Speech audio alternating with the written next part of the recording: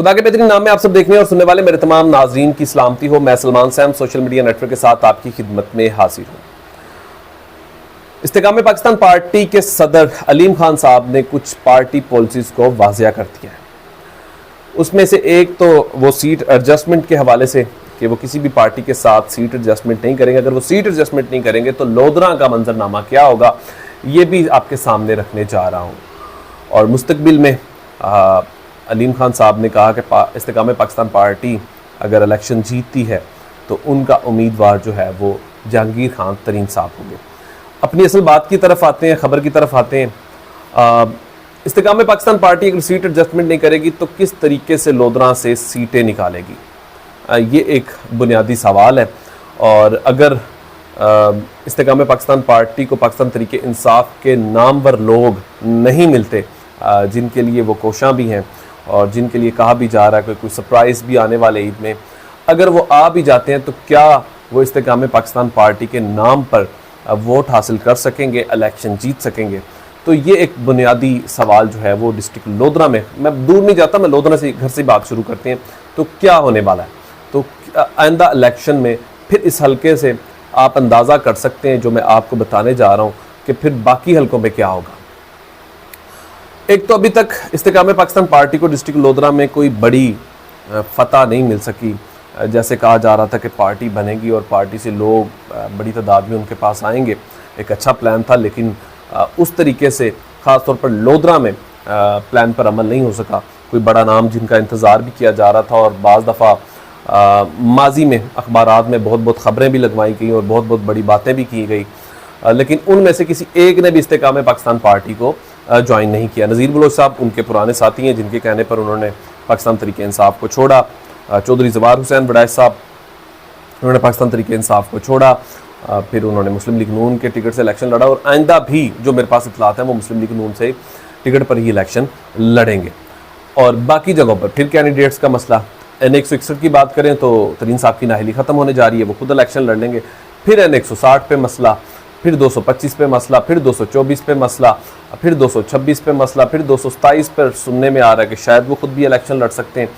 तो मसले बहुत ज़्यादा हैं। तो यहाँ पर इस्तेकाम पाकिस्तान पार्टी के लिए सबसे बड़ा चैलेंज ये होगा कि सीट एडजस्टमेंट के बगैर क्या वो यहाँ पर इलेक्शन जीत सकेंगे।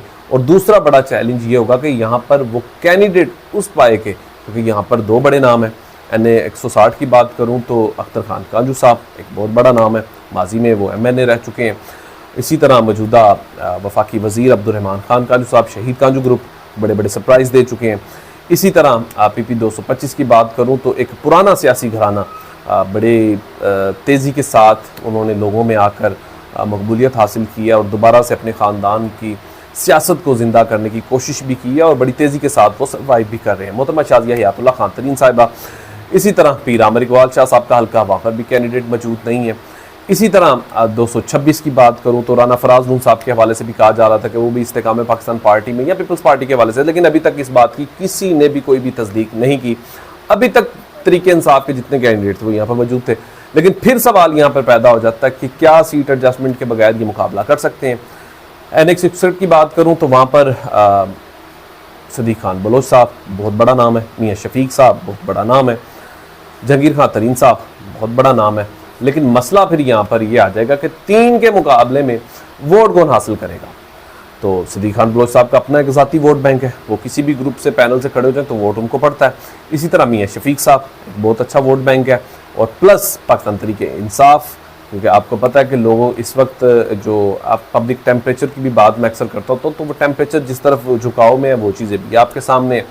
तो फिर इसके बावजूद क्या तरीन साहब यहाँ पर मुकाबला कर सकते हैं, तो फिर ये बड़ा तरीन साहब के लिए यहाँ पर मुश्किल होगा। सीट एडजस्टमेंट के बगैर इस्तेकाम पाकिस्तान पार्टी लोधरा से एक सीट, मैं जो ज़ाती राय रखता हूँ, देखिए राय आपका हक होती है, मैं कोई किसी पार्टी की मनफी नहीं कर रहा, राय देना मेरा हक है। तो मुझे ज़ाती तौर पर लगता है कि यहाँ पर इस्तेकाम पाकिस्तान पार्टी को बहुत ज़्यादा सर्वाइव करना पड़ेगा, ऐसे लोग मैदान में लाने पड़ेंगे जिनको वोट बैंक ज़ाती तौर पर भी मौजूद हो। क्योंकि इस्तेकाम पाकिस्तान पार्टी आपको पता भी कुछ चंद ही दिनों में वजूद में आई है। इसकी बहुत सारी मिसालें भी आपको दे सकता हूँ। क्या झेलम में फवाद चौधरी साहब इस्तेकाम पाकिस्तान पार्टी के नाम पर वोट ले सकते हैं, अली जैदी साहब कराची में इस्तेकाम पाकिस्तान पार्टी के नाम पर वोट ले सकते हैं। इसी तरह इमरान इस्माइल साहब इस्तेकाम पाकिस्तान के नाम पर, फयाजुल हसन चौहान साहब, आशिक फरदोस आशिक अवान साहिबा, क्या ये वोट बैंक वहाँ पर ऐसे वोट ले सकते हैं? तो बड़ा मुश्किल होगा। देखें कि पार्टी का नाम, वोट, बयानियाँ, ये बहुत कुछ डिपेंड करता है। और अभी हालिया सर्वे ये सब कुछ क्लियर भी करता आ रहा है कि सीट एडजस्टमेंट के बगैर आपके लोगों का जीतना काफ़ी मुश्किल हो सकता है। अपना ख्याल रखिएगा, अपने इस चैनल का भी।